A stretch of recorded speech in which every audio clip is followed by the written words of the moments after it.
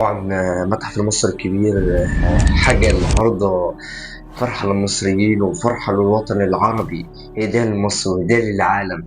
طبعا يعني متحف المصري الكبير من جزء من أفضل متحف في العالم. طبعا أنا أصلا صحفي رياضي. صفحتي الرسمية الرياضة تبع النادي الأهلي المصري. بس النهاردة في حدث كبير، في الحدث الكبير، حدث المتحف المصري الكبير وفي الأهرامات.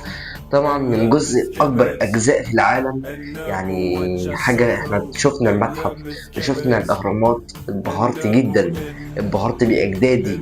يعني الحاجة اللي عملوها كبيرة. وطبعا احنا مش هننسى الكلمة التانية، دي هدية لمصر وهدية للعالم، مكتوبة للتاريخ وأفضل متحف في العالم. واحنا لغاية دلوقتي لسه هنكمل مشوار، مشوار كتير، واحنا لسه في الموجودين.